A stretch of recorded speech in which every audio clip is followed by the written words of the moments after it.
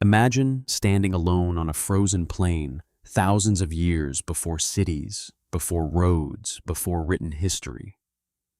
The wind moves across the ice like a whisper from another world.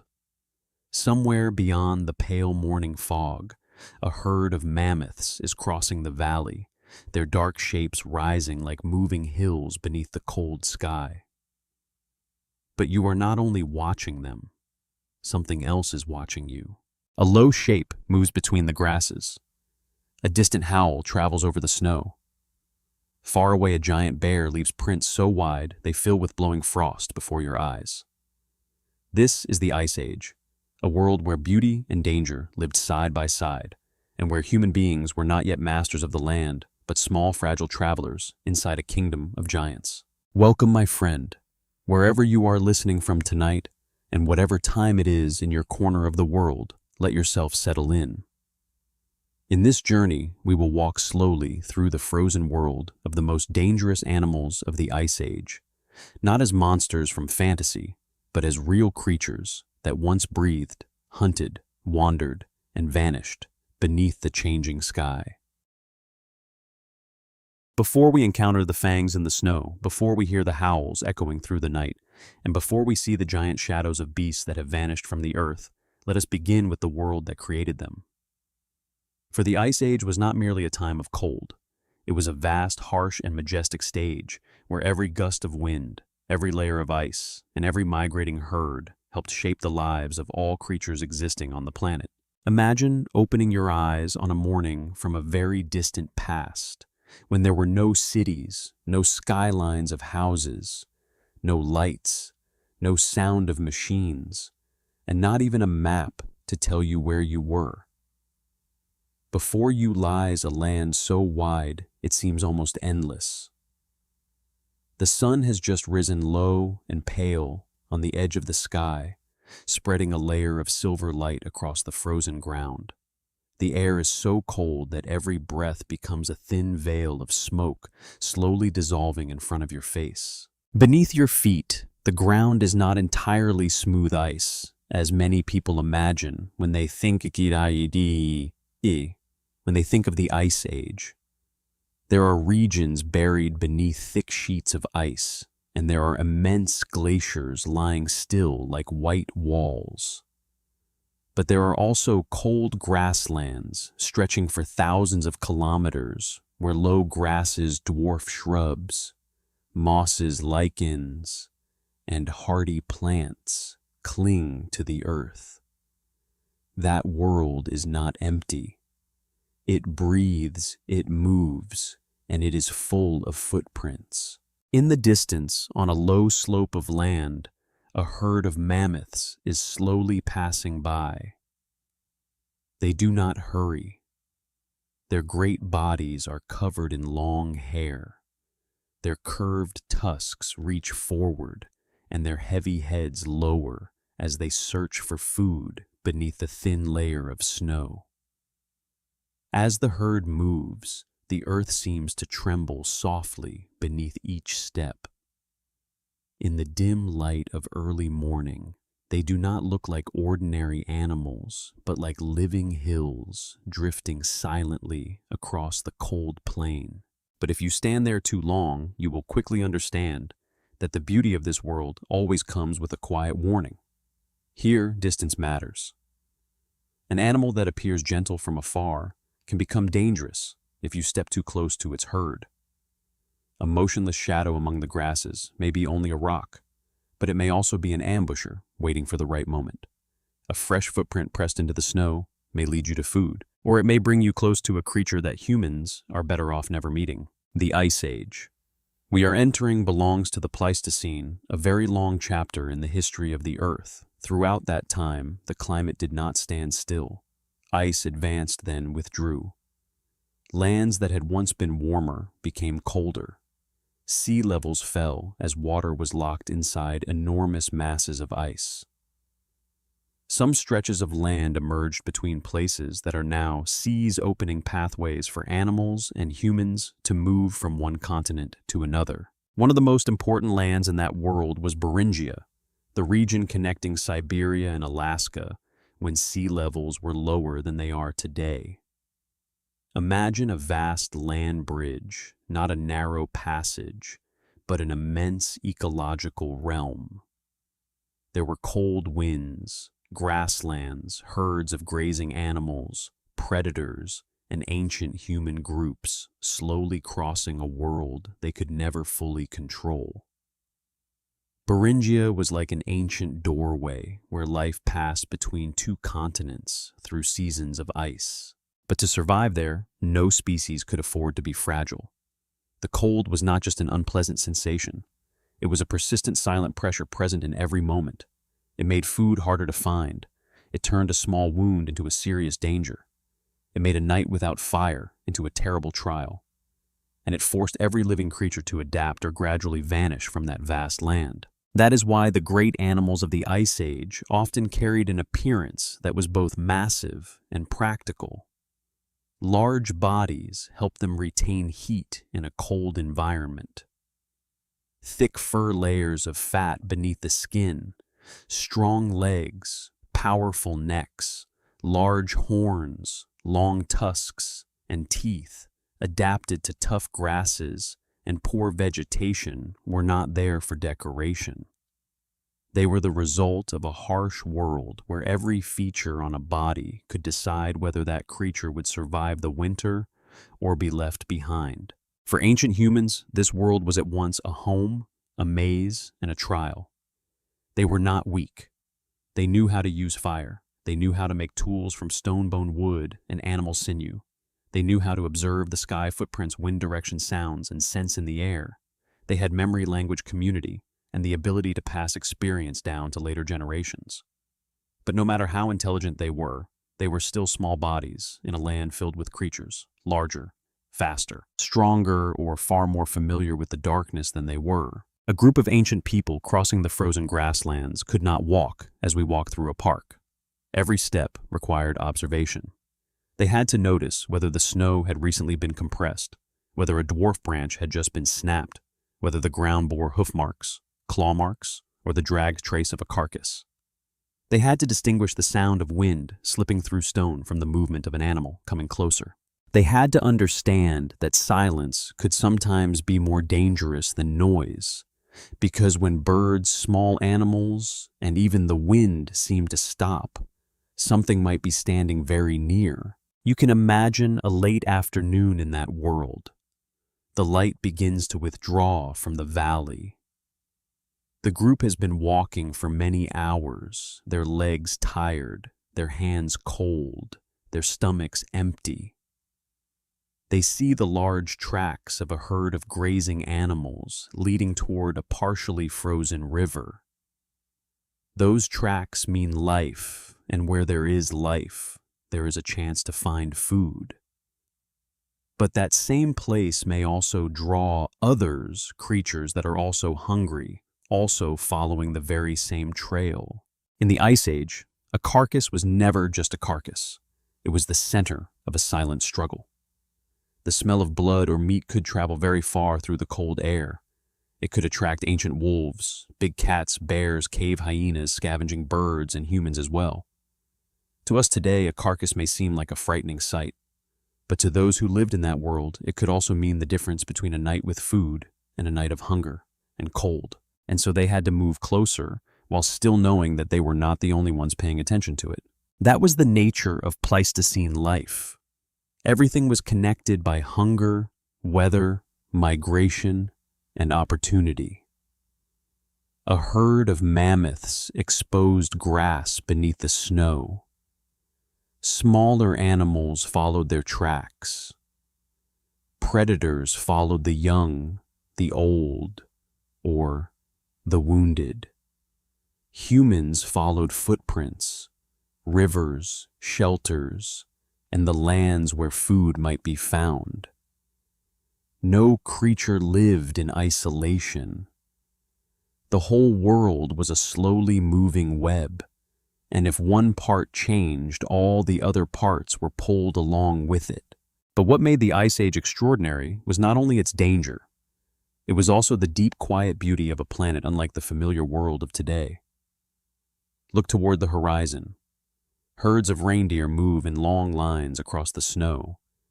Wild horses lower their heads to graze on dry grass in the wind. A steppe bison stands motionless, its breath rising in white clouds. Farther away, a glacier reflects the pale blue of evening, as if the earth itself were holding the last light of the day within its body. At night, that world became even wider. Without electric lights, the sky was so deep and thick with stars that humans might feel as though they were lying beneath a river of light. A small fire burned in a temporary shelter. The people in the group sat close together to keep warm, listening to the soft crackle of wood, the wind striking stone, and the calls of animals from far away. In that darkness, imagination and vigilance became one. Any sound beyond the circle of firelight could be wind, cracking ice, an animal passing by, or something patiently waiting. And at this point, we begin to understand why humans of that time could not rely on strength alone. They survived through attention. They learned to read the ground like a book.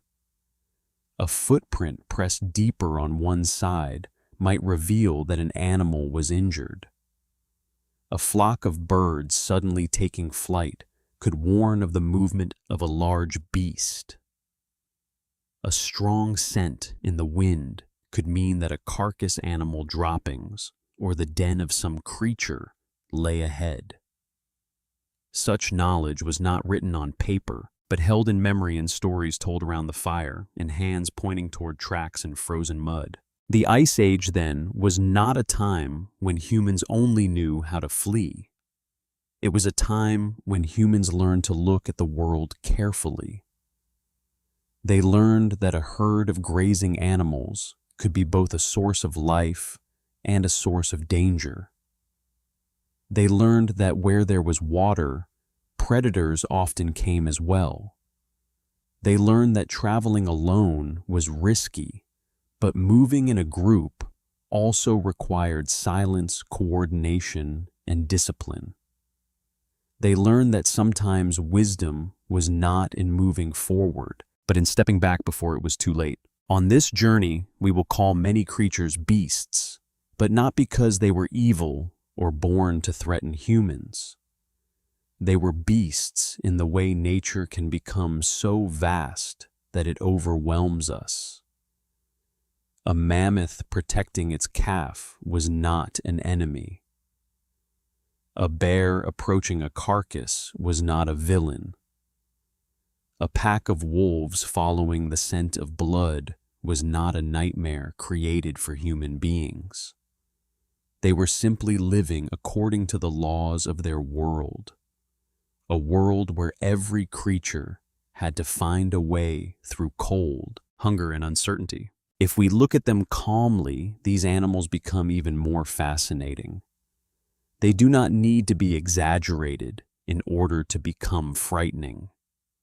Fossils, tooth marks, cave paintings, ancient soil layers, broken bones, worn teeth, fossilized footprints, and surviving traces of DNA are already enough to tell us a strange story.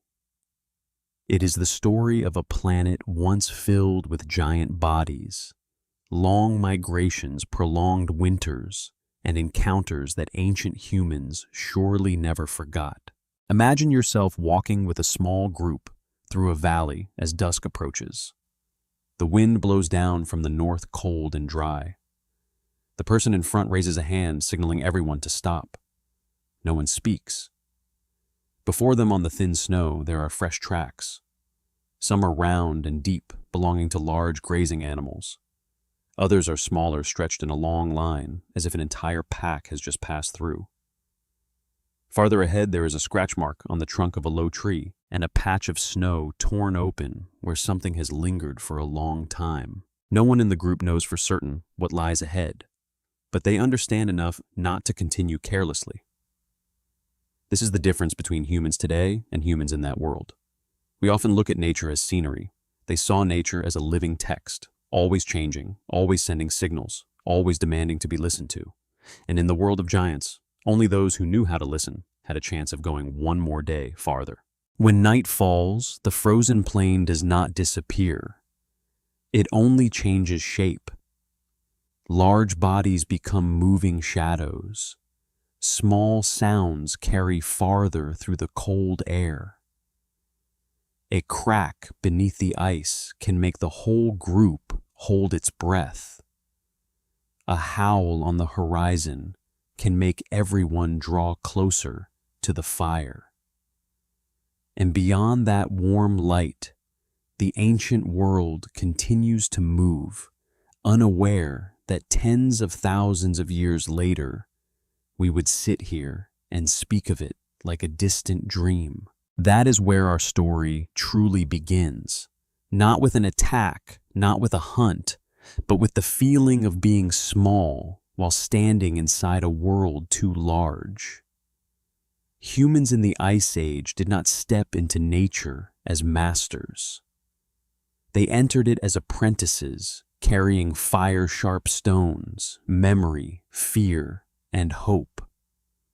Every day survived was a lesson. Every footprint was a reminder.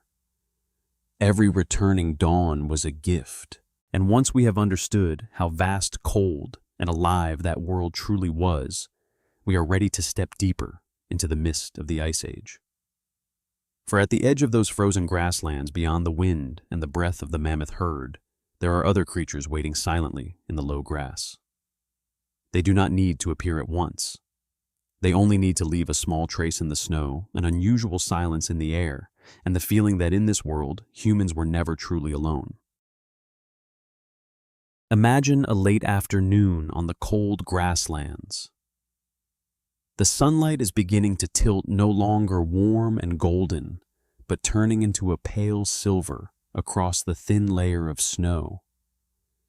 The wind moves through the low, dry grasses close to the ground, bending them down like a coat of fur, trembling across the skin of the land.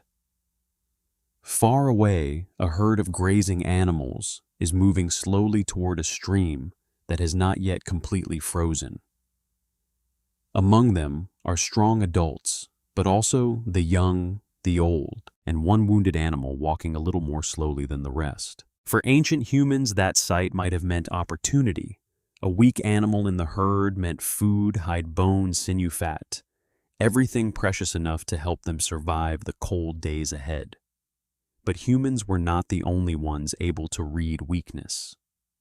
At the edge of the valley, where the snow lies unevenly and the dry grass forms dark patches, a low body is lying almost completely still. It does not stand tall like a modern lion watching prey from a distance. It presses itself against the ground, broad-shouldered, thick-necked, its powerful forelimbs hidden beneath heavy layers of muscle. And in its mouth are two long curved fangs, the feature that made its image one of the most fearsome symbols of the Ice Age. That creature is Smilodon, the famous saber-toothed cat that many people often call a saber-toothed tiger. But it was not truly a tiger. It belonged to an extinct branch of cats with a body shape and hunting style very different from the tigers still alive today. If the modern tiger is a blend of strength, flexibility, and speed in the dense forest, then Smilodon was more like a heavy ambush machine built for the brief instant when the distance between predator and prey suddenly vanished. What made Smilodon terrifying was not its teeth alone. Its long fangs are what people remember, but its powerful forequarters, broad shoulders, strong neck, and low hunting posture are the true heart of the story. An animal like this was probably not made to chase prey across endless distances. It did not need to win an everlasting pursuit. It needed to get close enough, choose the right moment, burst out from cover, use its weight and powerful forelimbs to pin the prey down, and then end the struggle with a precise bite. In our world, danger is often imagined as speed. Something rushing toward us quickly is what makes us afraid. But in the world of Smilodon, what was even more frightening was patience. It could lie motionless for a very long time. It could wait until the herd lost its guard, until a weaker animal drifted a few steps away, until the wind blew in the right direction, so its scent would not arrive first. It did not need to reveal itself until everything was already too late. And if you were an ancient human following the same trail, this is where the world would become complicated. You were not merely watching the herd. You also had to wonder whether something else had been watching that herd long before you. A wounded animal could be a gift from nature, but it could also be the center of an invisible trap. Where there were weak animals, where there was the scent of blood, where chaotic tracks crossed the snow, humans were often not the only ones present. Look closely at the ground. The snow has been lightly disturbed in a low patch near the bushes. There are rounded depressions deep enough, unlike hoof marks. The grass has been pressed down along a short line, as if a heavy body had lain there for a long time. There is no roar, no warning, only a silence that lasts a little too long between the movements of the wind. For those who once lived in the Ice Age, such small signs could matter more than any weapon in their hands. Smilodon is often associated with the Americas, especially because of the fossils found at the La Brea tar pits in what is now Los Angeles. But as we tell this story, the important thing is not to turn every frozen land into the same place. The Ice Age was not a single painting. Some regions were cold and dry, some were milder, with grasslands, open woodlands, swamps, valleys, and landscapes where the climate changed with the seasons. Saber-toothed cats and other large cats existed in many different settings, but they shared one thing. They were predators shaped by opportunity, distance, and surprise. La Brea is a special place because it shows us a deadly stage from the ancient world. Natural asphalt pits could trap large animals. A creature would become stuck, struggle, cry out, and spread its scent into the air. Predators or scavengers would be drawn closer. They thought they had found an easy meal, but then they too could be pulled into the very same trap. Thanks to those layers of sediment, humans today are able to look back at a part of the world that time would normally have crushed into silence. The skeletons of Smilodon do not simply tell us that it once existed. They tell us that it lived within a community full of competition. It was not the lonely king of every land. Around it were other cats, ancient wolves, bears scavenging birds, large herbivores, and human groups learning how to adapt.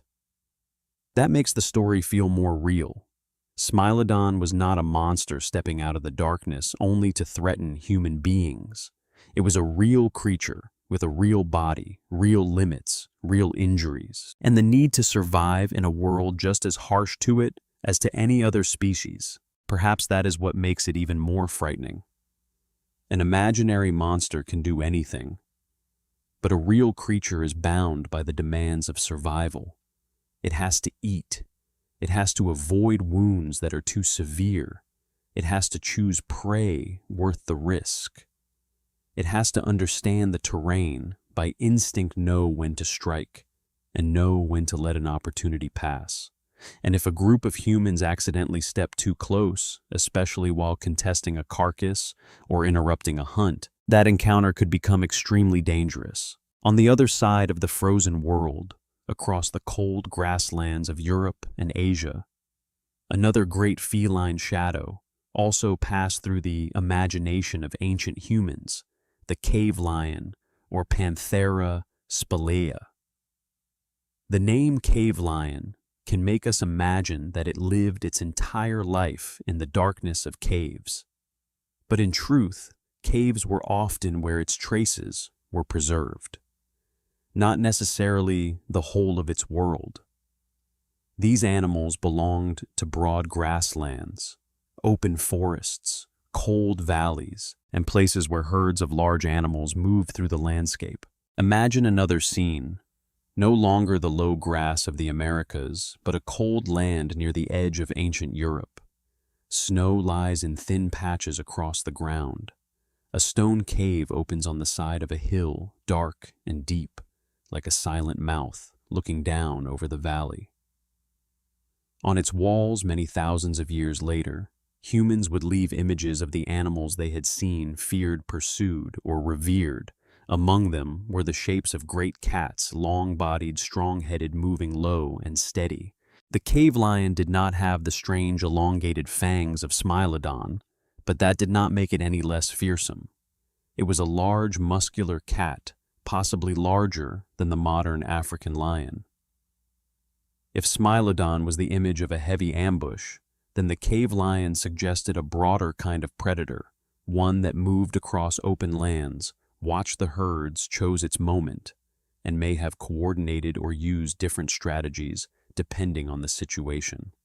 In the cold night, just hearing a low sound from beyond the circle of fire could be enough for humans to understand that the darkness was never truly empty. The danger of great cats lay in their ability to turn a peaceful scene into chaos in an instant. A grazing herd might stand quietly for a long time, then suddenly erupt into motion. Ancient humans needed only to see that reaction to know that something had just happened at the edge of vision. Perhaps the wind had changed. Perhaps a hunting shadow had been revealed. Perhaps a young animal had been separated from the herd. And when the ground began to tremble beneath dozens of fleeing bodies, a person standing in the wrong place did not even need to be touched by the predator to face danger. In the Ice Age, hunting was not only a matter between attacker and prey, it changed the entire landscape. One ambush could drive a herd toward the river. A thinly frozen river could crack. A wounded animal could draw in another predator. The scent of blood could travel through the wind. Humans, if they were nearby, had to decide very quickly: retreat, hide, climb to higher ground, or keep watching in the hope of finding what remained after the hunt. This created a strange relationship between humans and great cats. Humans may have feared them, but they also learned from them. A successful ambusher revealed which prey was weak, which paths the herds often used, and where in the valley an animal was more easily trapped. Ancient humans did not need to approach a saber-toothed cat to understand that lesson. They only had to read the traces left after everything was over: snow-churned up blood on the grass, chaotic footprints, drag marks, and the sudden absence of one individual from the herd. Perhaps on some night beside a weak fire, an elder in the group told the younger ones how to recognize the signs of a great cat. Not through scientific names, not through the classifications we use today, but through living experience. This footprint does not belong to a grazing animal. The spacing between the steps shows it moved slowly. The grass here has been pressed low, which means it lay in wait. If the bird stops singing, if the herd looks in the same direction, if the wind carries a strange heavy scent, do not move forward too quickly. We do not know exactly how those stories were told, but we do know that humans of that time lived beside great cats long enough to remember them. In the cave art of Europe, images of lions, large beasts, and hunting landscapes appear as evidence that humans did not merely see these animals from afar. They observed them closely. They knew their posture, the line of their backs, the position of their heads, the rhythm of their movement. A drawing on stone was not only art, it was memory, attention, and a way for humans to place a dangerous creature inside their own story. Alongside Smilodon and the cave lion, there were other saber-toothed cats such as Homotherium, sometimes imagined with longer legs and a hunting style different from Smilodon. It did not carry the same heavy, broad-shouldered image in quite the same way. Instead, it evokes the sense of a predator capable of moving over greater distances, living in more open environments. These differences remind us that saber-toothed cat was not a single animal, but an entire group of species that tried different ways of surviving in the ancient world. And the more closely we look, the more clearly we see that nature did not create just one kind of danger. Some species were dangerous because of weight, some because of speed, some because of their jaws, some because they knew how to wait. The ambushers in the snow belonged to that final kind. They did not rule through noise, but through the ability to become part of the landscape. A streak of shadow on a hillside, a still mass among dry grass, a pair of low eyes beneath the evening light. To listeners today, all of this may feel like a scene from an ancient film, but to the humans of that time, it was everyday life. They had no fence to separate themselves from the night, no secure doors to lock, no lights shining far into the dark. Their ring of fire made only a small island in a vast darkness. Beyond that island, snow still fell, grass still stirred, and great cats still moved through the world on feet so soft that they sometimes seemed to leave almost no sound at all. Let us return to the first afternoon, where a wounded animal is slowly separating from the herd. The people in the group see the opportunity. But then the one in front stops. He no longer looks at the prey. He looks toward a dark patch of grass on the left side of the valley. No one speaks. A small bird suddenly bursts upward. The herd freezes, all turning their heads in the same direction. In that moment, the humans understand that they are not the only hunters present. From the grass, the body begins to move. There is no need to describe it as a nightmare. It is more frightening because it is entirely real. Heavy shoulders rise. The head stays low. The body presses close to the ground before launching forward. The whole herd bursts apart like water struck by a stone. Snow flies upward. The thunder of hooves fills the valley. The humans step back, not out of cowardice, but because they understand the ancient law of this land. When an ambusher has chosen its moment, it is best not to stand in the way. Perhaps the hunt succeeds. Perhaps the prey escapes. Perhaps Smilodon, or another great cat, is wounded and forced to retreat. Nature does not always grant victory to the one with the sharper teeth.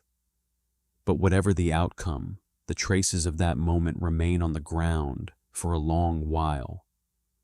Snow overturned, grass flattened, a thin line of blood drawn across stone, and in the memory of the human group, that image will remain as a warning for the days to come. Night descends slowly. The group finds shelter near a low rock wall.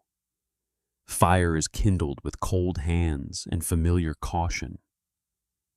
No one wanders far from the light. Outside, the wind begins to grow stronger, sweeping snow across the ground in thin white trails. From afar, the herd can still be heard unsettled. Somewhere in the darkness, a predator is eating, resting, or licking its own wounds. When the shadows of the saber-toothed cats slowly fade into the cold mist, the Ice Age world does not become any safer. On the contrary, as the sun sinks beyond the low horizon, another kind of danger begins to rise. It does not come from a solitary body lying motionless in the grass. It does not rely on a sudden pounce from close range. It spreads more slowly, more widely, and sometimes more terrifyingly, because it has many eyes, many muzzles, many footsteps, and a sound that can make an entire frozen valley seem to hold its breath. It is the howl in the night, At first, there is only the wind. The wind sweeps across the open ground, brushes over the dry grass, and slips through cracks in the stone like an endless sigh. Then, from very far away, another sound rises. Thin, drawn out, almost torn apart by the wind. A howl. Not close enough to reveal anything, but clear enough for everyone around the fire to lift their heads at once. A moment later, a second voice answers from another direction. Then a third, lower and farther away. The frozen night is no longer empty. It has positions, movement, and creatures communicating with one another out there. In our imagination, wolves are often tied to deep forests. But in the Pleistocene world, ancient canids could move through many different landscapes. Cold grasslands, the edges of open woodland valleys, riverbanks, places where great herds passed through and where carcasses drew in every hungry creature. Among them, the dire wolf, or Anocion dirus, is one of the most famous names. For a long time, it was called Canis dirus, and many people imagined it as nothing more than a larger, fiercer version of the gray wolf. But the modern story is more careful. The dire wolf was not simply an enlarged gray wolf. It belonged to a separate canid lineage that has vanished, an ancient branch of the dog family living in a world filled with large animals and fierce competition around food. What made the dire wolf special was not that it was so enormous. It surpassed every wolf alive today. It did not need to become an unreasonable monster in order to be frightening. Its danger lay in its endurance, in its powerful jaws, in its ability to seize opportunity, and above all, in its life as part of a group. A lone wolf can make a person uneasy. But several wolves moving together through the darkness, tracking the same trail, applying pressure to a weakened animal or a tired group of humans, that is an entirely different story. Look beyond the firelight. You do not see them yet. You only hear them. A howl is not always a direct threat. It can be a form of communication, a way of calling to one another, a way to locate each other across a vast space. But to someone sitting in the cold night hungry, with hands clenched around a spear, every sound outside the darkness carries a deeper meaning. It reminds them that humans are not separate from nature. The fire is only a temporary boundary. Out there, other species are also living their night, according to their own laws. In the Ice Age, a pack of ancient wolves did not necessarily have to rush into danger at once. They could follow. They could wait. They could keep enough distance to avoid being attacked, but remain close enough not to lose the trail. If a herd of grazing animals crossed a valley, the wolves could shadow the weakest ones. If a big cat's hunt left behind the remains of a carcass, they could come when the first predator had already left or grown tired. If humans carried meat back to their shelter, that scent could become an invisible thread, drawing attention from the darkness toward the circle of fire. This is what made group hunters so frightening in a cold world. They did not need to win with a single strike. They could win with time, with persistence. By forcing prey to move farther, lose more strength, and panic more deeply. A strong animal might resist a lone attacker. But if it were followed for hours, if deep snow made its legs grow heavier, if a small wound began to bleed, if its herd left it behind, the balance of survival could shift very slowly, almost unnoticed, until it was too late. For ancient humans, this was a severe lesson. A group of people had fire tools and intelligence. They could drive predators away, stand close together, use shouts, flame stones, spears, and coordination to protect their shelter. But every confrontation was a risk. A bite to the leg, a fall on cold stone, a child wandering too far from the adults, a tired person falling asleep at the edge of the light. Any of these could turn an ordinary night into a memory that would never fade. We know much about the dire wolf thanks to places where time preserved their bones in great numbers. Among them, La Brea tar pits stands out. The natural asphalt pits in what is now Los Angeles once acted as slow and silent traps. A large animal became stuck in the sticky tar. It struggled, cried out, and left the scent of desperation in the air. That scent attracted predators and scavengers. Dire wolves, saber-toothed cats, scavenging birds, ancient coyotes, all could come close because they thought a meal lay before them, and then they too could become trapped. Thanks to those natural traps, scientists have found many dire wolf fossils. This does not merely tell us that they once lived there. It also suggests a world where food competition and risk were tightly bound together. A carcass was never simply a meal. It was a place where many species met. It was a place where the boundary between predator and victim became fragile. A wolf that came to feed could become an animal held forever in asphalt. A great cat that came to contest a carcass could remain beside the very prey it had approached. And thousands of years later, modern humans look into their bones to understand a small part of the Pleistocene night.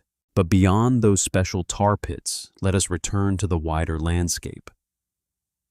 Imagine a herd of ancient horses crossing the cold grasslands, their breath rising in white clouds. Behind them, not too close, several low shadows move in the same direction. They are not in a hurry. They do not need to panic the herd yet. They only observe. Which one steps out of rhythm? Which one turns its head too slowly? Which one is still young? Which one has an injury in a hind leg? In a world where every unit of energy is precious, a wise predator does not waste its strength on a target too strong. For ancient people, the frightening part was that they too could become part of that chain of choices. When a group of humans carried meat back, they left behind footprints, the smell of smoke, the scent of blood, fragments of bone, and dragged traces across the snow. Pack hunters could read the world in their own way. They did not need to understand what humans were. They only needed to recognize the smell of food, fatigue, slow movement, and moments of carelessness. On a cold night, if the wind changed direction, the scent from a human camp could travel very far. That is why fire was not only for warmth, it was the heart of nighttime life. Fire-cooked meat helped human eyes see more clearly and made wild animals more cautious.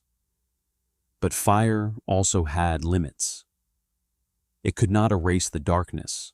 It could only push it back a certain distance. At the edge of the light, there might be a pair of eyes reflecting orange before vanishing. A very soft footstep on hard snow. A low growl so faint that no one is sure whether they truly heard it. The people in the group would sit closer together. The keeper of the fire would add more wood. Others would grip stones or spears.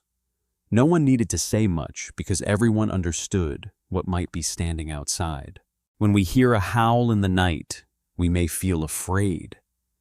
But if we listen longer, that howl also becomes a reminder that the Ice Age was a world of living communities where every species had its own voice.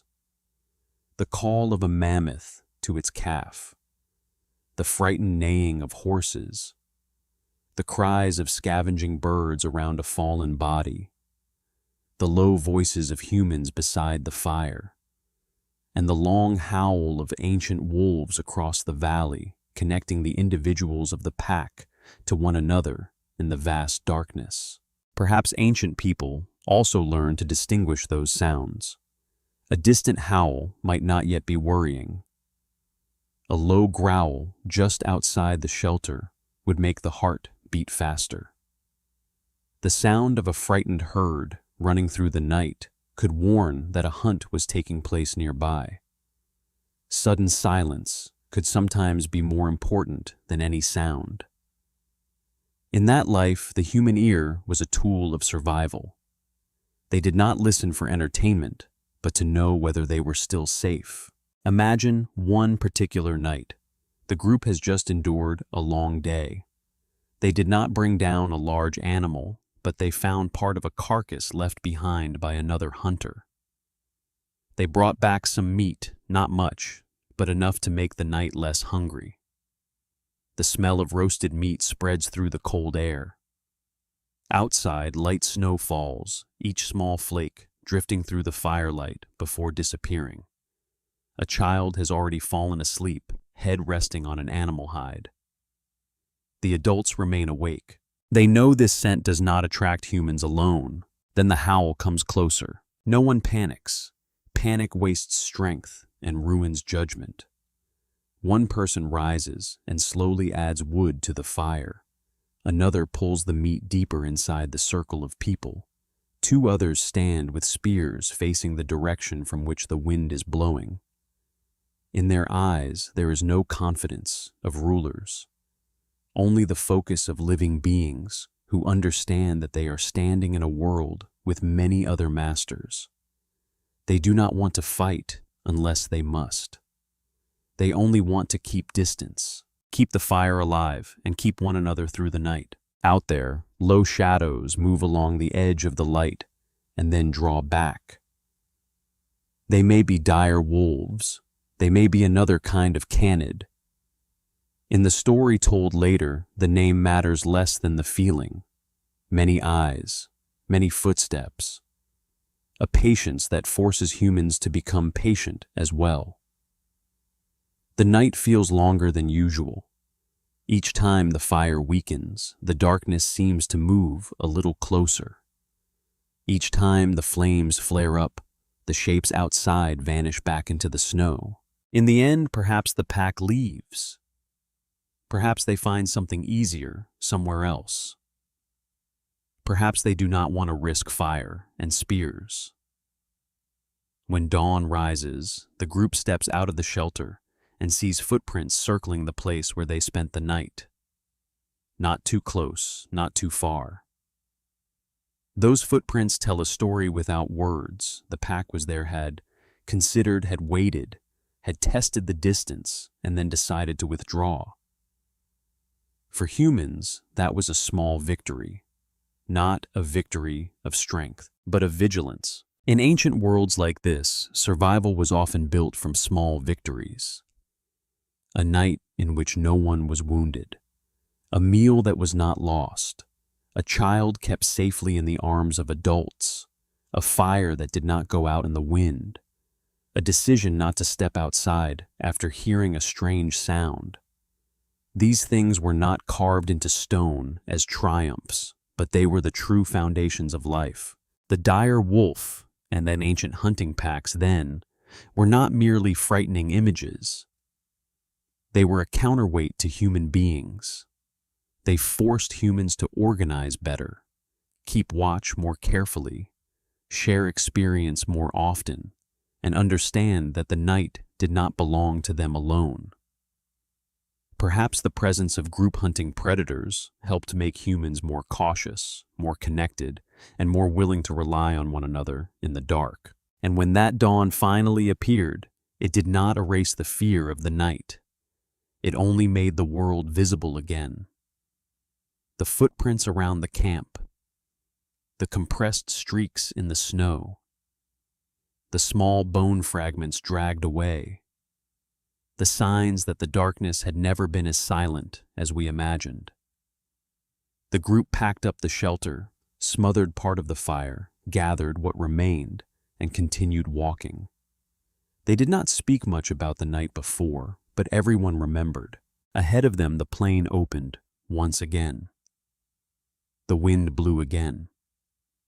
The grazing herds moved in the distance again. Life continued as it always continued in the Ice Age, through careful steps between opportunity and danger. But behind them, where the fire had died down, the footprints of the hunting pack still remained in the snow, reminding them that in this world, some species did not need to appear before your eyes in order to be present. As long as their howls rose in the night, humans understood that they were sharing the darkness with those who never walked alone. And after the ambushing fangs, after the patient wolves, beyond the circle of fire, the Ice Age still held another kind of presence. Not low, not silent, not moving as many individuals together, but so tall that the mere appearance of its shadow against the snow was enough to make every smaller living thing remember that there were powers in the ancient world that did not need to hurry because their very bodies were already a warning. After the distant howls faded into the frozen night, another kind of silence began to settle over the Ice Age world. It was not the silence of safety. It was the heavy silence before a creature too large stepped into the landscape. Not an ambusher lying low in the grass. Not a pack of hunters moving in a circle around the firelight, but a tall, solitary, slow-moving body, as if the entire land itself had to make room for it to pass. Imagine the following morning when the ancient human group leaves their temporary shelter. The fire has faded into gray ash. A thin layer of snow covers the old footprints. The air is so clear and cold that sound travels farther than usual. They follow a partially frozen stream where patches of black water show through the white ice. There are traces of large animals there, perhaps a grazing herd that passed through during the night.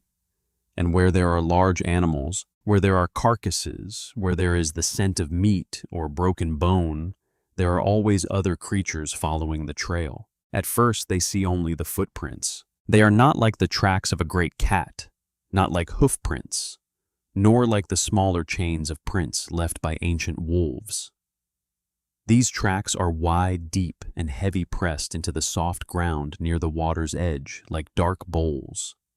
Each step lies farther apart than the stride of a human. The snow around the edges has been compressed hard, showing that the animal passed not long ago with enough weight for the earth itself to remember. No one in the group needs to see it immediately to understand that they should slow down. The giant short-faced bear, Arctidus simus, was one of the most fearsome shadows of Pleistocene North America. It does not need to be exaggerated into an imaginary monster. Its size alone was enough to make humans cautious. When standing on its hind legs, it could rise far above an adult human. Even when moving on all fours, its shoulders and back still formed a great mass of muscle strength and pressure. The name short-faced comes from the shape of its skull and a face somewhat shorter than that of many other bears, giving it a strange, almost ancient appearance, even when seen only through reconstruction. But it is important not to understand it too simply. For many years, the short-faced bear was imagined as a super predator that specialized in chasing large prey across the plains. But modern interpretations are more cautious. It may have eaten meat-scavenged carcasses, competed for food sources, and perhaps behaved flexibly, depending on the environment, the region, and the opportunity. Truth rarely lives inside a single image. Nature is seldom as simple as legend. Even so, for a hungry, exhausted group of ancient people carrying meat, that caution does not make it any less frightening. A creature does not have to constantly hunt humans in order to become dangerous. It only needs to appear near a food source. It only needs to want control of a carcass. It only needs to feel threatened or blocked. And suddenly, the distance between humans and disaster becomes very thin. Imagine the group walking a little farther and seeing ahead of them an area of snow that has been torn apart. A large animal has already fallen there, perhaps wounded, perhaps left behind after another predator's hunt, or perhaps simply collapsed beneath the brutality of winter. Around the body are drag marks, claw marks, and footprints layered over one another. This place is no longer just a point on the landscape. It is an open table in the middle of the wilderness. And then from behind a low mound of earth that shadow appears. There is no great roar at first, no thunderous charge, only a tall, dark body covered in thick fur stepping slowly across the snow. Each movement seems calm, but it is that very calm that sends a chill through the spine. It does not need to prove anything. It does not need to hurry. A creature like that approaches a carcass with the confidence of something that knows very few smaller beings would dare to challenge it directly. The humans step back, not because they do not know how to use weapons, not because they lack courage, but because in the Ice Age, survival sometimes depends on knowing when not to test your luck. A wooden spear tipped with sharp stone may be useful in many situations, but before a vast mass of muscle claws, powerful jaws, and overwhelming weight, the wisest victory may be a silent retreat. Here we see a kind of danger very different from the previous chapters. Saber-toothed cats frightened humans because they could remain hidden. Ancient wolf packs frightened humans because they were patient and numerous. The short-faced bear frightened humans because it almost did not need to hide at all. It was danger made visible, standing in broad daylight, so large that every calculation had to change. A carcass could feed the entire group for many days. But if a great bear had already claimed it, that source of life became something they had to abandon. In a cold world, such a decision was not easy. Leaving the meat meant continuing to be hungry. Continuing to be hungry meant growing weaker. Growing weaker meant becoming more vulnerable to cold illness and mistakes the next day. But stepping too close meant placing the entire group into a confrontation from which no one could be sure they would emerge unharmed. That was the silent cruelty of the Pleistocene. Not every danger ended in a violent instant. Many dangers began with a choice: move forward or step back, keep the food or keep your distance, gamble on a confrontation, or accept the loss of what you have just found. For ancient people, courage was not only the will to advance. Sometimes courage was the clarity to turn away. The short-faced bear also reminds us that the Ice Age had no single king. Smilodon had its own power. The cave lion had its own territory. Ancient wolves had the advantage of numbers. But a giant bear could appear as an independent force belonging to no pack, needing no coordination, requiring no refined art of ambush. Its body was already a statement. When it came near, many other creatures had to reconsider their place. In other lands of the frozen world, humans also shared caves, forest edges, and valleys with other large bears, including the European cave bear. We should not imagine every ancient bear as a hunter of humans.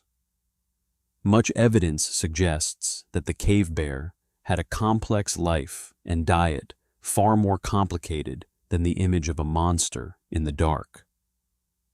But that does not make an encounter inside a cave any less dangerous. A narrow space, a large animal taken by surprise, a group of humans in need of shelter from the cold, all of these could turn a quiet stone cave into a place no one would want to enter deeply without careful observation. Let us return to the short-faced bear on the snowy plain. It lowers its head beside the carcass. Its hot breath rises in white clouds around its muzzle. A scavenging bird beats its wings and moves farther away. Old wolf tracks around the site have already been partly covered by snow. The human group stands at a safe distance, watching what might have been their meal become the meal of another creature. In the pale light, no one speaks loudly. Here, even human voices seem too small against the width of the land. Then the leader signals retreat. They do not turn their backs immediately. They move backward slowly, step by step, keeping their eyes on the great animal. The wind blows across them, carrying the smell of damp fur meat and cold earth. The bear lifts its head for a moment. A single brief glance is enough to make the whole group freeze. There is no chase, no long roar, only an unspoken understanding between two species living in the same world distance is what keeps this morning from becoming a disaster. As they move farther away, that shadow gradually disappears behind the mound, but the feeling of it remains with them. For the rest of the day, every large footprint in the cold mud, every tuft of fur caught on a low bush, every heavy sound in the distance may bring that moment back to them. An animal like that does not need to appear many times to become part of memory. Seeing it once close enough could change the way humans moved through that land forever. And that is the role of the giant carnivores in the story of the Ice Age. They were not only direct dangers, they shaped the behavior of every creature around them.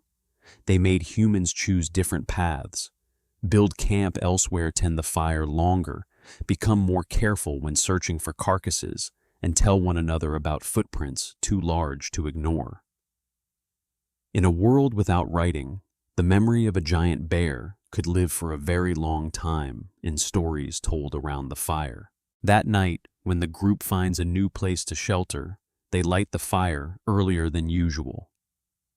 No one wants to be surprised after dark. The children are kept near the center.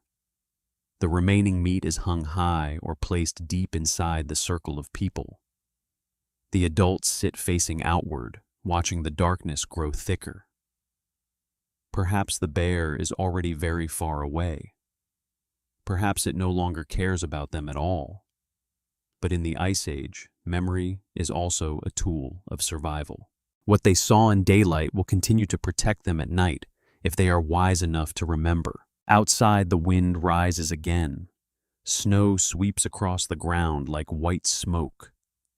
Somewhere very far away, an animal call echoes through the valley and fades. The group sits quietly listening to the small crackle of the fire, listening to their own breathing, and feeling that the world is far larger than the circle of light before them. They have survived the ambushers. They have heard the howls of pack hunters. And now they know that there are powers that do not need to hide, do not need to surround, and need only step into view to make humans understand how small they truly are. But the Ice Age has not yet revealed all of its greatness.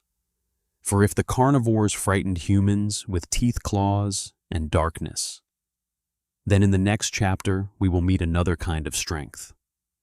Creatures that did not hunt humans, did not lurk in the night, did not howl to call a pack, but with a single run, a single charge, a single moment of panic could turn a peaceful grassland into a storm of muscle tusks, horns, and blowing snow.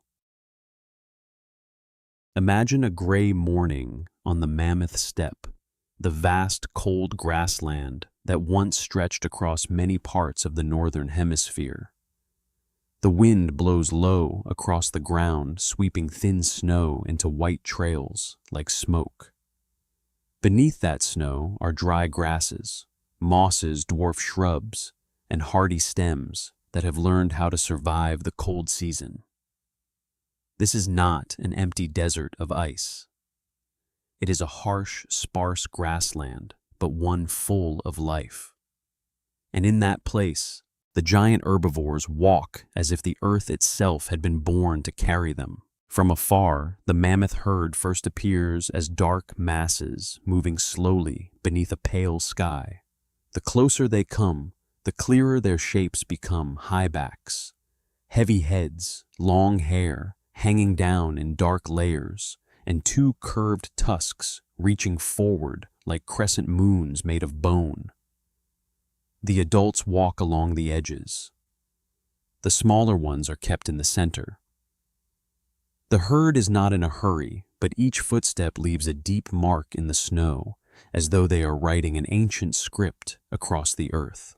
To ancient humans, the mammoth was at once a wonder, a challenge, and a source of life. A single mammoth could provide meat fat, hide bone tusk, sinew, and many other precious materials. In a cold world where every meal mattered, a mammoth carcass could feed a group of people for a long time. But for that very reason, the mammoth was never simple prey. They were too large, too powerful, too closely bonded to their herd, and far too dangerous if approached carelessly. A person standing near a mammoth did not need to imagine malice in its eyes. That animal was not an evil monster. It was simply a gigantic living being protecting its own space. If there was a calf in the herd, everything became even more tense. A mammoth mother did not need to understand what a human was to recognize a small figure coming too close. A single turn of the head, a short forward surge, a sweep of the tusk, or a massive body pressing forward could be enough to turn curiosity into disaster. Place yourself in the position of a group of people watching the herd from a distance. They do not run straight toward it. They do not shout. They crouch low, keep their distance, watch the direction of the wind, and study the way the herd arranges itself. The experienced ones pay attention to the lead animal, to the mature females, to the position of the calves, to the old or injured individuals moving more slowly. They understand that hunting such a creature is not merely a matter of courage. It is a calculation made by the entire group involving terrain, season, weather, and luck. But sometimes humans did not need to hunt mammoths in order to face danger from them. They only needed to cross a valley at the same time the herd was moving through it. They only needed to stand in the herd's escape route when a predator appeared behind them. They only needed one loud sound, one unfamiliar scent, one wave of panic spreading from a single animal through the entire herd. When those gigantic bodies began to run, the grassland was no longer a grassland. It became a river of hair, tusks, snow dust, and weight sweeping over anything too small to stand in its way. Beside the mammoth, another figure of the Ice Age carried its own fierce presence, the woolly rhinoceros. If mammoths were like living hills moving in herds, the woolly rhinoceros was like a low storm close to the ground. Its heavy body, thick skin, dense hair, sturdy legs lowered, head and great horn at the front made it one of the herbivores that no creature would want to provoke. Imagine walking through a windswept land where the snow does not cover the ground evenly, but gathers in patches between stone and dry grass. Ahead of you, a woolly rhinoceros is digging through the thin layer of snow to find food beneath. It is not hunting you. It is not watching you from the darkness. It is simply living through an ordinary day. But that very ordinariness is what makes the encounter dangerous, because if you fail to notice the wind direction, fail to see it from far away, or step into a distance it considers threatening, everything can change within a few breaths. Modern rhinoceroses are already enough to make humans feel reverence and caution. With the woolly rhinoceros, add to that a cold climate and open landscape, the tension of survival, and a body adapted to a harsh world. It does not need to think like a human. It reacts by instinct. A sudden noise, a human shape appearing too close, a strange scent carried by the wind, and that heavy body may turn. When it charges, the ground seems stamped by each footfall. Its strength does not lie in subtlety, but in the fact that almost nothing small can remain standing in its path. For ancient people, encountering a woolly rhinoceros was probably an experience to avoid rather than seek out. Humans may have hunted them under certain circumstances, but that was never a gentle act. A great hunt always carried great danger. One person slipping on snow, one spear breaking one animal, turning unexpectedly, and the group could lose more than they had hoped to gain. In the Ice Age, a large prize always came with a large price. Then there were the herds of steppe bison priscus muscular bodies that once moved through the cold grasslands like low, dark brown clouds. They may not be as famous in modern imagination as mammoths or saber-toothed cats, but to those who lived at the time, bison were a familiar presence filled with power. They were food, hide, bone, and life. But they were also hooves, horns, heavy bodies, quick reactions, and the force of an entire herd when pushed into panic. Imagine a herd of bison standing beneath the gray afternoon light.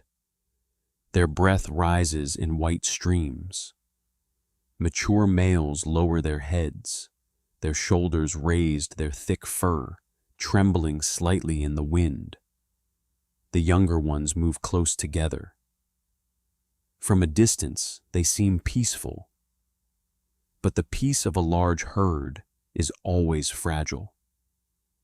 One wrong sound, one hunting shadow at the edge of the valley, one human scent mixed into the wind. The whole herd can shift from stillness to flight in a single moment. To humans, steppe bison were both tempting and dangerous, because they offered a more realistic hunting opportunity than mammoths, but they were still far from easy. A bison cornered with nowhere to go could turn with its horns lowered. A panicked herd could sweep across a stretch of land like a living flood. Hunters had to understand the terrain, the direction of movement, the escape routes, and the position of their companions. They had to know when to advance, when to stop, when the animal was tired enough, and when they themselves were the ones standing in the wrong place. The great hunts of ancient humans are often imagined as heroic victories, but the reality was probably far more tense, chaotic, and uncertain. Nothing guaranteed that a plan would unfold as intended.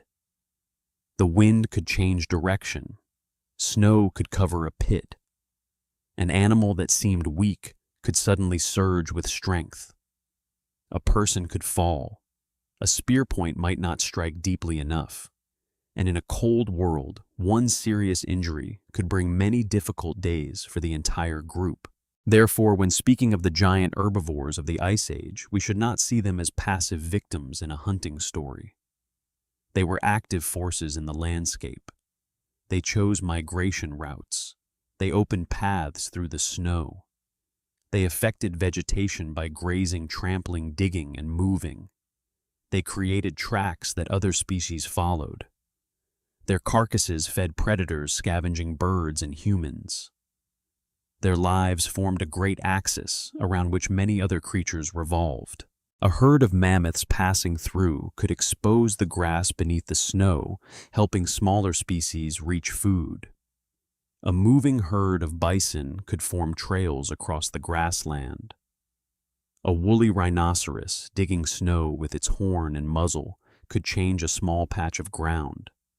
Even when they were not hunted, challenged, or frightened, large herbivores shaped the world around them with their very bodies. They did not merely live in the Ice Age, they helped create the face of the Ice Age. Ancient humans surely understood this in their own way. They followed the traces of herds, not only because they wanted to hunt. Herd tracks could lead to water, to valleys sheltered from the wind, to places with grass, to routes across a vast landscape. Hunters did not look at the animal only as meat. They saw it as a living map of the land. Mammoths knew where deep snow could be crossed. Bison knew the ancient corridors of migration. Rhinoceroses left signs of vegetation beneath the snow. In a world without drawn roads, large animals were the ancient pathmakers. But following them also meant following danger. Where there were great herds, there were predators. Where there were calves, there was defense. Where there were carcasses, there was conflict. Where there were narrow migration routes, a single wave of panic could be enough to throw everything into chaos. Ancient people had to live in a constant balance between moving closer and keeping distance, between opportunity and caution, between the hunger of today and the safety of tomorrow. Imagine one afternoon the group sees a herd of mammoths descending into a wide valley. They do not approach. They stand on a high ridge far enough that the wind will not carry their scent down to the herd. A calf stumbles between massive legs. Two adults walk close on either side. Behind them, an older animal moves more slowly, sometimes stopping to sweep snow aside with its tusks. The scene is so beautiful that it almost feels peaceful. But within that peace is a strength that no one in the group dares to underestimate. A child might ask with their eyes, without needing words, whether they will hunt. An adult gently shakes their head. Not today, not this herd, not in this valley. That decision may be the result of many years of experience passed down through many generations. Knowing when not to hunt is also part of the art of living. On the Ice Age grasslands, not every opportunity is worth taking.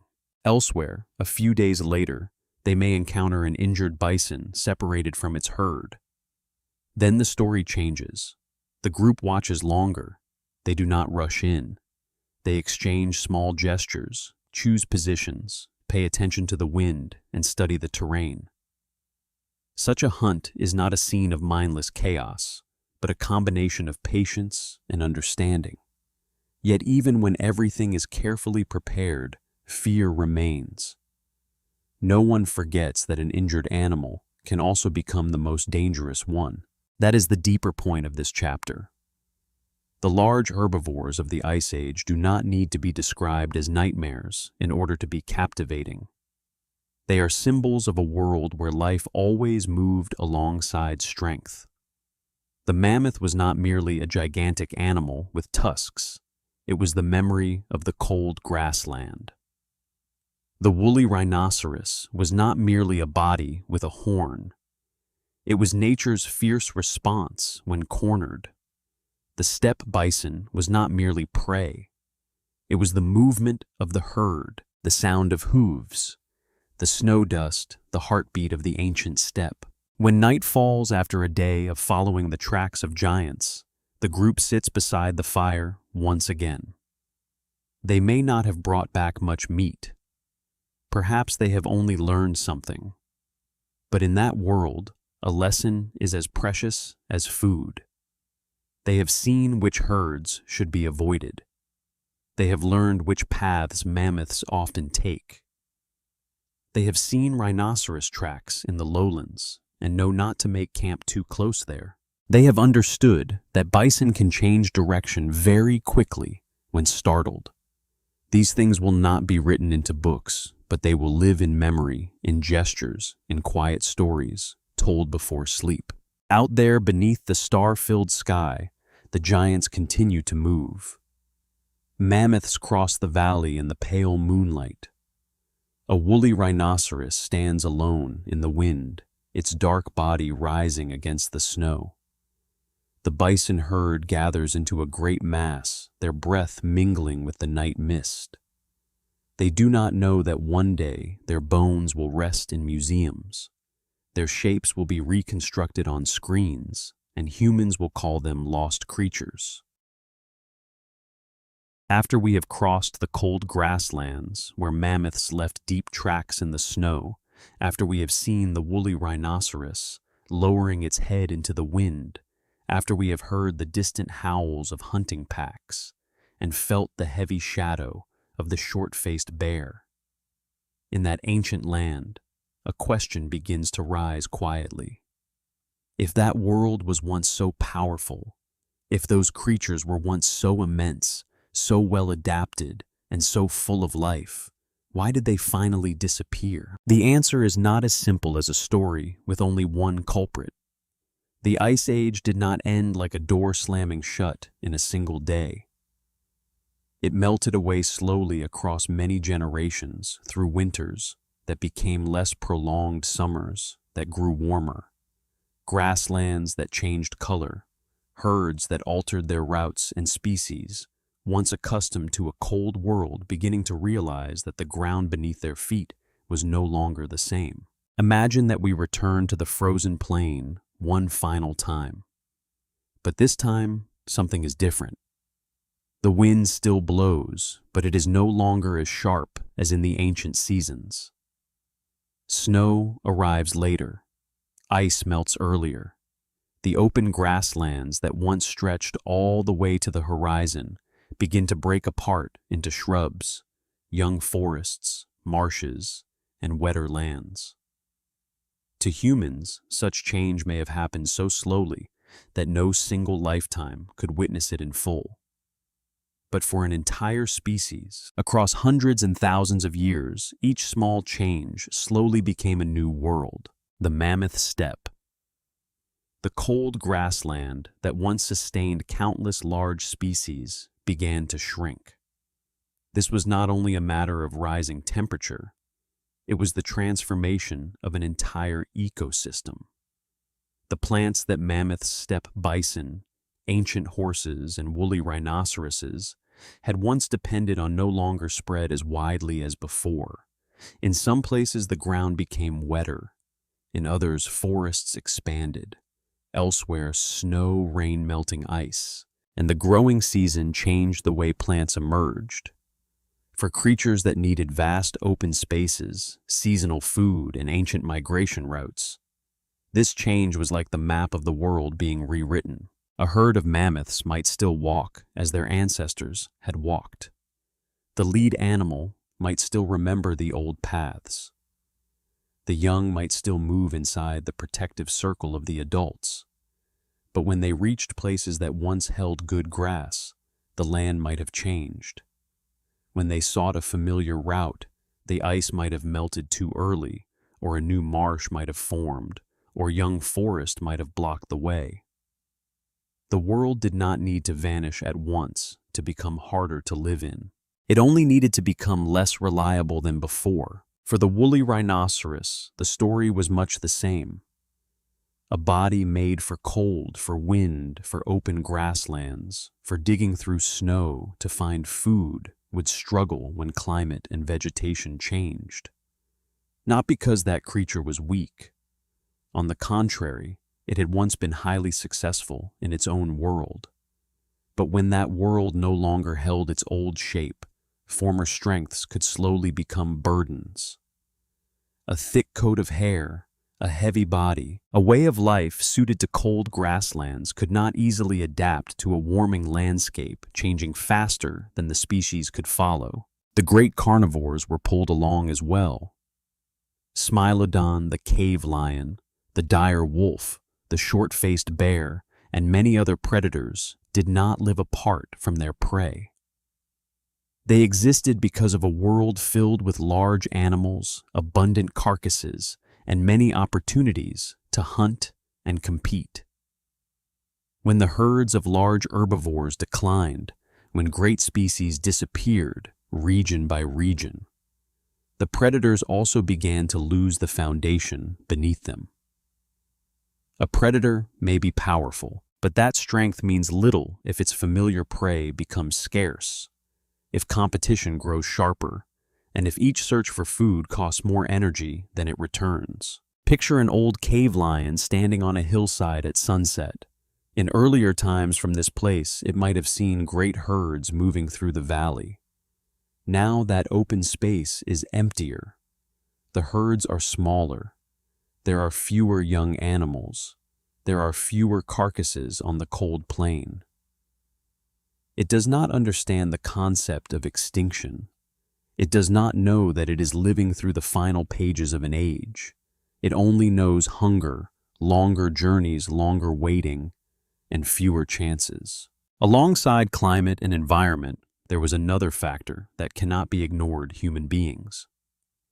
As the end of the Ice Age drew near, humans had spread across more lands carrying fire tools, memory group strategy, and a remarkable ability to cooperate.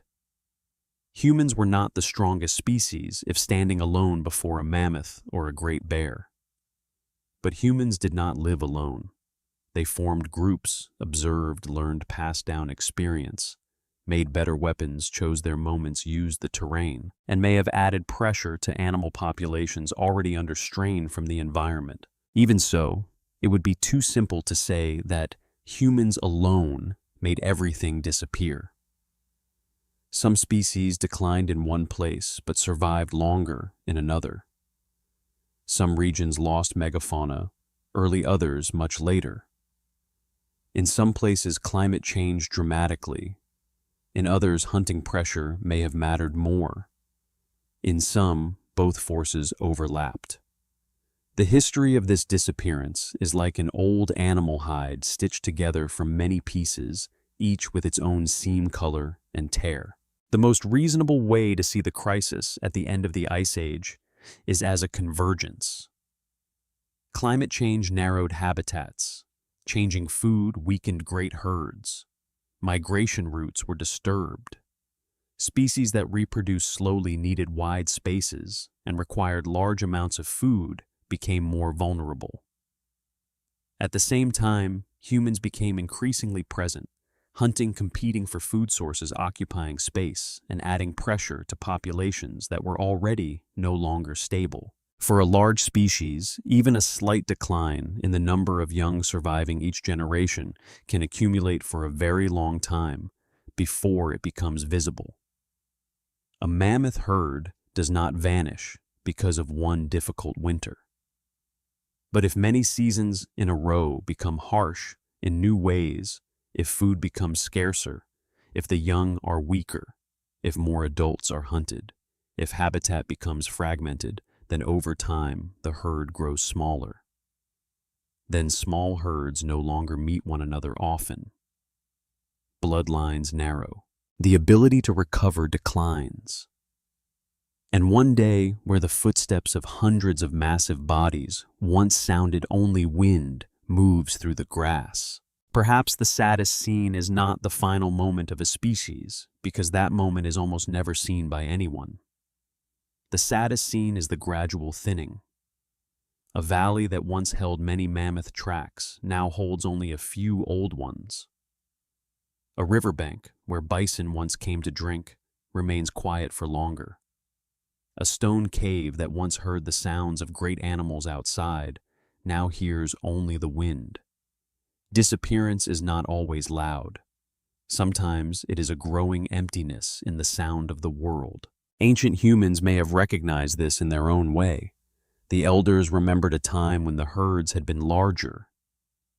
The young grew up in a land already changed. A migration path was no longer as crowded as before. A species once seen often had become rare. Stories around the fire slowly took on the color of memory. Long ago there were more mammoths in that valley. Long ago in the northern lands, herds moved all day. Long ago, the sound of hooves during migration rolled like distant thunder. But nature does not only take away, it also replaces, transforms, and opens the path for new worlds. As the ice retreated, forests expanded in many places. Species adapted to the new environments found opportunity. Deer, reindeer, modern bison, gray wolves, brown bears, and many others continued to survive, changing with the land around them. Humans changed as well.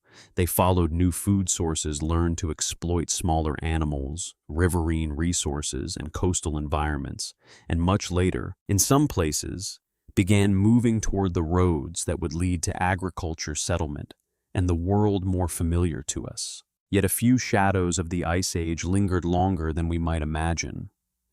On some distant islands, small populations of mammoths continued to live after most of their mainland relatives had disappeared. On Wrangel Island, in the Arctic Ocean, woolly mammoths survived until near the time when humans were building the pyramids in Egypt. That detail makes history feel stranger and more moving. It reminds us that extinction does not always happen everywhere at the same time. Sometimes, a lost world still holds a few final breaths in remote frozen corners, separated from the rest of the planet. Imagine one of those last mammoth herds on a cold island. They are smaller than their giant ancestors. Sea wind blows through their thick hair. Around them, the vast mammoth steppe of old is gone, leaving only an isolated piece of land amid a cold ocean. They do not know that they are the final part of a story stretching back hundreds of thousands of years. They simply continue doing what all living things do: searching for food, protecting their young, passing through winter, waiting for the warm season, living one more day. And then at last, even those final breaths fade. When we look at fossils today, we often see bones as silent objects: a curved tusk in a museum, a skull with empty eye sockets, a tooth worn down from a lifetime of grinding grass, a heavy leg bone far larger than our hands. But if we listen with imagination, each of those pieces of bone once belonged to a warm body. Blood once moved through it.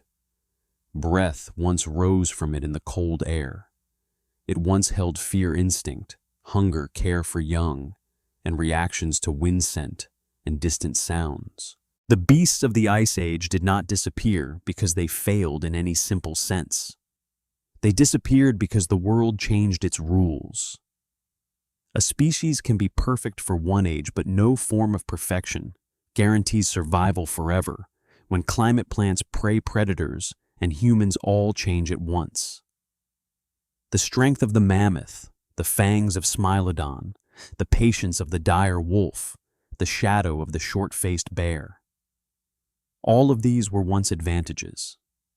Then little by little, in a new world, those advantages were no longer enough. There is something deeply humbling in this lesson. Modern humans often look back at the Ice Age as a world of beasts, but in truth, it was also a fragile world. Giant creatures were not invincible. Vast ecosystems were not eternal. Lands that seemed stable could change over time. And even the strongest species depended on small things: grass growing in the right season, young surviving the winter, herds finding their migration routes, water sources not vanishing, and climate not changing too quickly. If we could stand at the final edge of the Ice Age, perhaps we would not see a fiery apocalypse. We would see an ordinary sunset, wind moving through grass, a small herd drifting into the distance, a bird crossing a pale sky, a group of humans walking along a river, unaware that they were living among the last pages of a great world. Everything would still appear to be continuing, but in the depths of time, a major chapter of the earth was closing. Perhaps that is why their story has never truly ended. Each time a mammoth skeleton is drawn from permafrost, each time an ancient footprint is discovered, each time new research clarifies more about Smilodon, the dire wolf, the woolly rhinoceros, or the short-faced bear, the doorway into that world opens a little wider. Not enough for us to enter it completely, but enough to hear the wind again, to see the cold grasslands again, and to feel the shadows of giants crossing the memory of the planet. So why did the beasts of the Ice Age disappear? Because the ice withdrew, because the grasses changed, because forests spread, because prey became scarcer, because humans traveled farther, because old and new pressures accumulated across many generations, because no species, however strong, can stand outside the changing of the world. And perhaps the deepest answer is this: they disappeared because they belonged to an age that had passed, an age beautiful, harsh, and impossible to return to. Now the frozen grassland of our story sinks once more into silence. The final footprints are covered by snow. Distant howls fade along the horizon. The mammoth becomes a shadow behind the mist. The woolly rhinoceros lowers its head one last time in the cold wind. The short-faced bear no longer leaves deep tracks beside the river. And where an entire world once moved, with hooves, tusks, fangs, and breath time, lays over everything, a silence very deep. But if we listen closely enough within that silence, there is still a story. The story of an Earth that was once different. The story of creatures that lived fully in some of the harshest conditions imaginable. The story of humans when they were still small, forced to learn observation, reverence, and adaptation.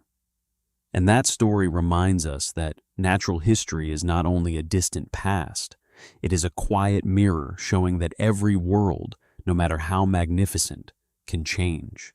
The Ice Age has ended. Its beasts have retreated into the darkness of time. But in every skeleton, every cave painting, every cold wind blowing across the distant north, we can still feel them there, like giant shadows, passing along the edge of humanity's dream. And when night falls, if we imagine deeply enough, we can still hear the very distant footsteps of a lost world slowly vanishing beyond the frozen horizon. And now, as our journey through the Ice Age comes softly to an end, the frozen plain grows quiet again. The mammoths have moved beyond the ridge. The saber-toothed cats have disappeared into the mist. The wolves no longer call from the edge of the darkness, and the great short-faced bear is only a shadow in the memory of the earth. Yet these animals are not truly gone. They remain in bones pulled from ancient ground and cave walls touched by human hands in the deep stories of survival that shaped our earliest ancestors. They remind us that the world was never gentle, but it was always magnificent. And for a long time before we built kingdoms, temples, ships, and cities, we were simply small figures walking carefully beneath a sky full of ice and stars. Thank you for staying with me through this quiet journey.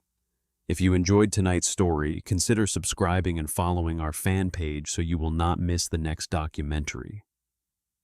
And before you drift away, tell me what you would like to hear next.